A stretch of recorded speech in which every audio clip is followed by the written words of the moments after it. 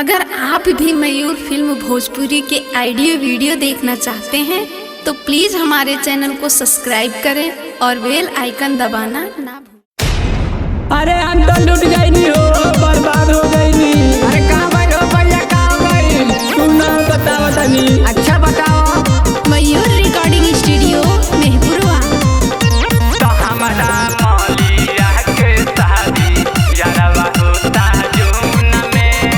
ई लगा के है गईला यहगी हमारा चहना सुकून में। ई लगा के है गईला यहगी हमारा चहना सुकून में। हाँ हाँ चहना सुकून में। तो हमारा मौलिया के शादी यारवा होता जून में। तो हमारा मौलिया के शादी यारवा होता जून में। यारवा होता जून में। ऐसा ना होके दे यार। हाँ यार अपना मलिया के नंबर दे देता तले कई दुकान चलाई थी।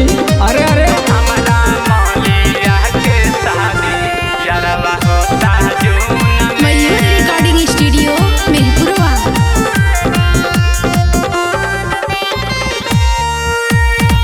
के करह से कहीं हम दिलावा के बतिया हो। रोई रोई कटतावे हमरो दिन रतिया हो।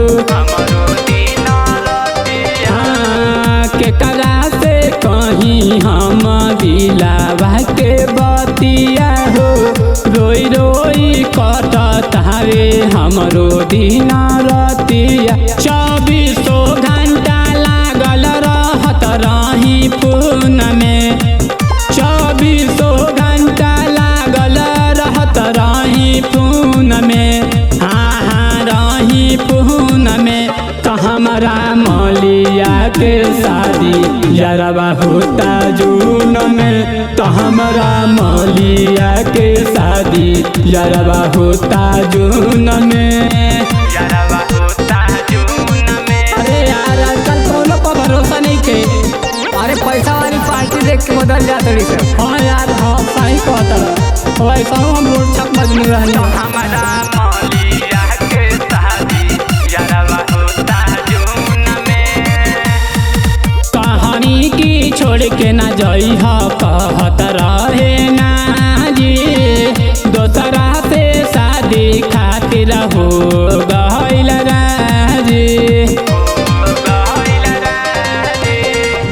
कहानी की छोड़ के ना जई ह कहत रहे ना जी। दोसरा से शादी खातिर हो गइल राजी। कहे सुनील मौर्या धोखबाय करा खून में। कहे सुनील मौर्या धोखबाय करा खून में।